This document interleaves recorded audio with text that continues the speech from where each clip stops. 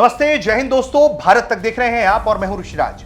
दोस्तों, ऑपरेशन सिंदूर और उसके बाद के चर्चे लगातार हैं। इसी कड़ी में एक डॉक्यूमेंट्री भी आई सामने। यह डॉक्यूमेंट्री जो है वो डिस्कवरी और डिज्नी की तरफ से बनाई गई है, जिसमें आपको मालूम है कि डिस्कवरी चैनल पर ये जो डॉक्यूमेंट्री प्रसारित हुआ ऑपरेशन सिंदूर डिक्लासिफाइड, उसमें ऐसी जानकारी सामने आई है जिसने पाकिस्तान की हवाइयां उड़ा दी हैं। उस डॉक्यूमेंट्री में भारत के डीजीएमओ ने कहा है कि पाकिस्तान के डीजीएमओ ने यह बात मानी है और यह कहा है कि हुजूर आपने तो बड़े ब्रह्मोस मार लिए, अब आपको अच्छा लग रहा हो और रोक दीजिए हमला। यह स्थिति है। इस वीडियो में यह पूरी वाकयात को एक एक करके सिलसिलेवार तरीके से बताने की कोशिश करते हैं। तो दरअसल हुआ यूं कि भारत ने ऑपरेशन सिंदूर लॉन्च किया। ऑपरेशन सिंदूर लॉन्च किया और पाकिस्तान के आतंकी टारगेट्स को उसने उड़ा दिया। इसके बाद पाकिस्तान जो है, पाकिस्तान की सेना ने कहा, माना कि भाई आतंकी पर हमला, हम पर हमला, हम तो भाई एक हैं, तो हम लड़ लेंगे भारत से। वो लड़ने के लिए आया, भारत ने दनादन करके फोड़ना शुरू कर दिया। अब इसके बाद भारत के जो डीजीएमओ है राजीव घई, उस वक्त जो डीजीएमओ थे, उन्होंने जो बात बताई है वो बहुत दिलचस्प है, सुनिए। उन्होंने कहा कि 10 मई ऑपरेशन सिंदूर का चौथा दिन था। भारत की सैन्य कार्रवाई के बाद पाकिस्तान पर लगातार दबाव था। उसके कई सैन्य ठिकानों को नुकसान पहुंच चुका था। आतंकियों के अड्डों पर भी भारत ने सटीक हमले किए। इस बीच पाकिस्तान के DGMO major general Kashif Abdullah Bharat के तत्कालीन DGMO lieutenant general Rajiv Ghai से बात करना चाहते थे। बताया गया है कि इस बीच एक अजीब मोड़ आया। अमेरिकी एरोस्पेस इंजीनियर कैप्टन एडवर्ड ए मर्फी के नाम पर मशहूर मर्फी लॉ कहता है कि जब कुछ गलत होना होगा तो गलत होने की पूरी संभावना रहती है। 10 मई को भारत पाकिस्तान के बीच सैन्य तनाव के चरम पर कुछ ऐसा ही हुआ। भारत और पाकिस्तान के डीजीएमओ के बीच संपर्क के लिए इस्तेमाल होने वाली हॉटलाइन तकनीकी खराबी आ गई। इसमें 15 अगस्त को जो डिस्कवरी चैनल ने, जैसा कि हमने आपको बताया कि उसने एक डॉक्यूमेंट्री डिक्लासिफाइड ऑपरेशन सिंदूर जो है वो जारी किया। इसमें भारतीय डीजीएमओ ने इस पूरे घटना की कहानी बताते हुए कहा, राजीव भाई कहते हैं कि मर्फी लॉ ने अपनी भूमिका निभाई।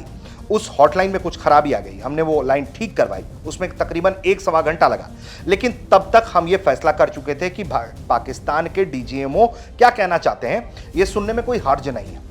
10 मई की सुबह करीब 9 बजे राजीव भाई को पाकिस्तान के डीजीएमओ को संदेश मिला। संदेश साफ था, पाकिस्तान के डीजीएमओ अपने भारतीय समकक्ष से बात करना चाहते थे। राजीव भाई के मुताबिक संदेश मिलने के बाद भारत की ओर से बातचीत को लेकर विचार किया गया।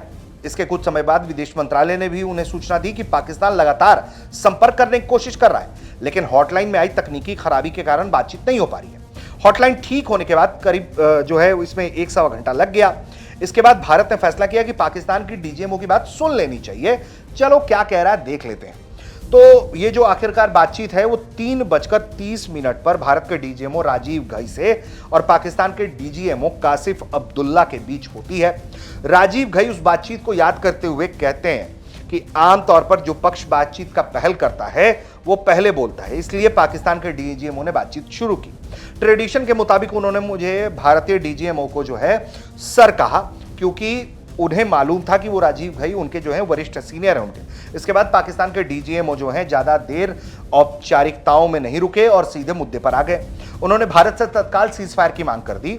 राजीव घई के मुताबिक वो कहते हैं पाकिस्तानी डीजीएमओ ने कहा उनसे कि सर, आप हम पर इतने ब्रह्मोस मिसाइल हिट किए, अब तो आप शांत होना चाहिए, अब तो आपको, क्यों ना हम इसे रोक दें।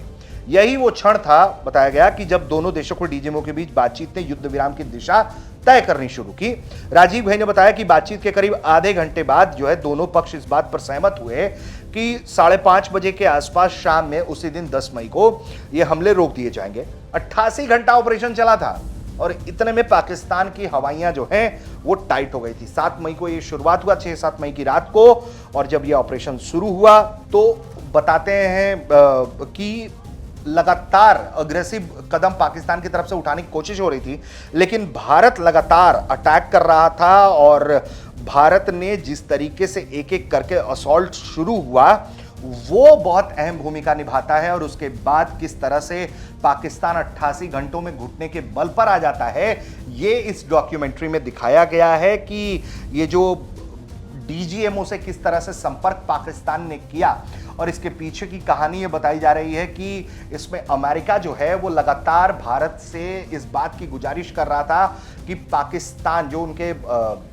अमेरिका के वाइस प्रेसिडेंट हैं, वो लगातार इस बात के लिए पहल कर रहे थे कि पाकिस्तान सीज फायर चाह रहा है, बात करना चाह रहा है। जब भारत से उन्होंने संपर्क किया तो भारत ने कहा कि बॉस ऐसा है कि कोई मीडिएशन हमें नहीं चाहिए, अगर इनको जरूरत है तो ये हमारे डीजीएमओ से संपर्क करें।